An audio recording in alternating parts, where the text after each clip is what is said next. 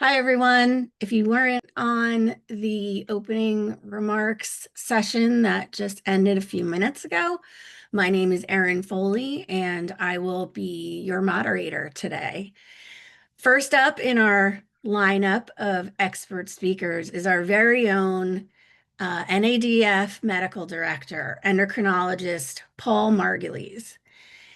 Dr. Margulies is now retired, but he had for a very long time had a private practice on Long Island and taught students who were learning about endocrinology and doing fellowships at North Shore University Hospital. He also had academic affiliations with Cornell, NYU, and Zucker Hofstra. I'm very pleased to introduce him today, as I've known Dr. Margulies for well over 30 years now, and he's unable to be here today with us live, but he pre-recorded this video to help us celebrate our 40th anniversary with this conference. Welcome. My name is Dr. Paul Margulies. I am an endocrinologist. For 47 years, I practiced clinical endocrinology with a special interest in adrenal diseases. In 1985, one of my patients, who had Addison's disease, approached me with a proposition. She was confident in my medical treatment, but frustrated in her efforts to find independent information about Addison's disease and its management. At that time, there was no internet, no Google, and no search engines. She suggested that we develop an organization to provide guidance, support, and information about life with adrenal insufficiency. She and her husband generously donated the funds to start the National Addison's Disease Foundation. As the medical director, I wrote the foundation's first pamphlet titled Primary Adrenal Insufficiency, Addison's Disease, The Facts You Need to Know. We formed a board of directors, mostly from friends of the founders, and hired an executive director. Initially, all correspondence was handled by mail and telephone. We had a mailing address, a post office box, and a phone with an answering machine. I designed wallet instructions for emergency management, suggested the use of medic alert bracelets, and created basic handouts on steroid equivalent dosing and stress steroid dosing. We invited Dr. Phyllis Spicer to join us as an advisor on pediatric adrenal diseases, especially congenital adrenal insufficiency. Slowly, interest in NADF started to grow. Support groups were created, initially on Long Island, then regionally with in-person meetings. A newsletter was mailed out quarterly to all those who were interested. Membership gradually expanded. We regularly had a booth at the National Endocrine Society meetings to promote our work. Questions regarding Addison's disease started to come in by mail and were forwarded to me. Each letter received a written answer from me.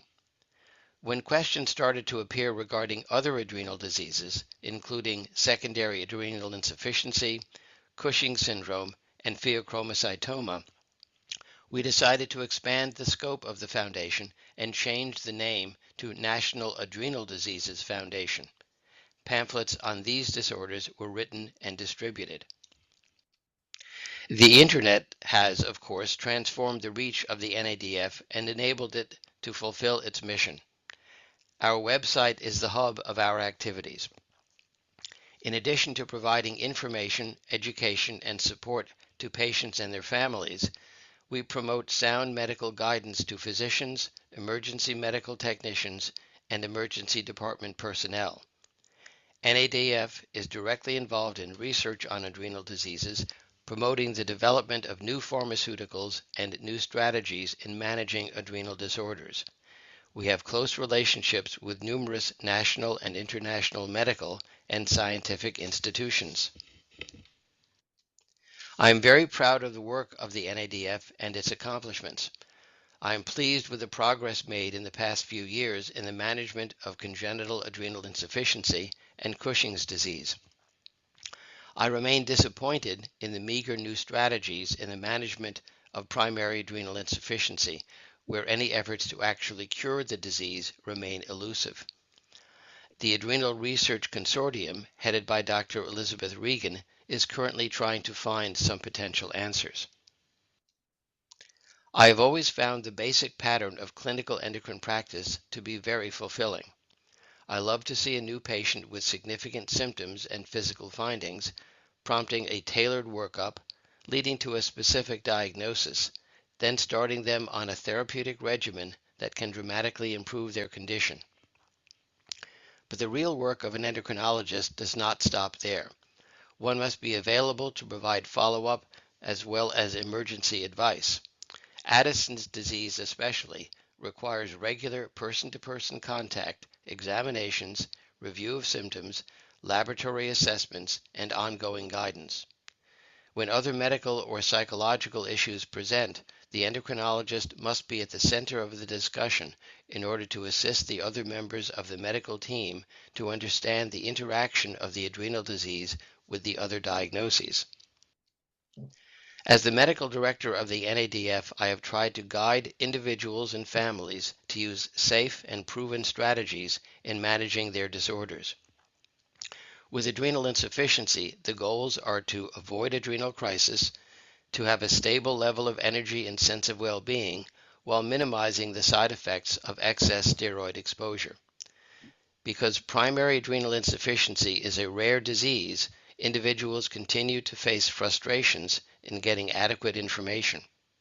Unfortunately, many people with this disorder have difficulty getting access to endocrinologists with enough experience and available time to help them. That is one reason so many appreciate the information and guidance that NADF presents. The NADF has come a long way in the past 40 years. Through the work of the dedicated board of directors, staff, and numerous volunteers, it has adapted to the changing modalities of communication and access to information. I am confident it will remain a proactive resource for the community of families dealing with adrenal diseases in the future. Thank you.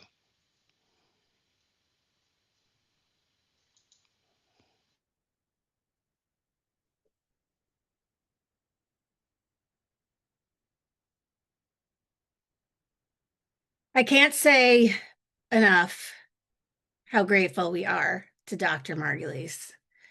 He's been so dedicated to NADF, and I did fail to mention in my first opening remarks that I've been a part of NADF, a member, a board member, the executive director, and in recent years, an officer of the board.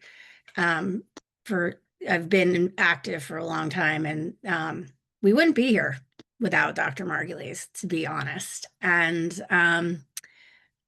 to his comment about the advances in adrenal disease treatment, we will be hearing more about what is happening in that space tomorrow.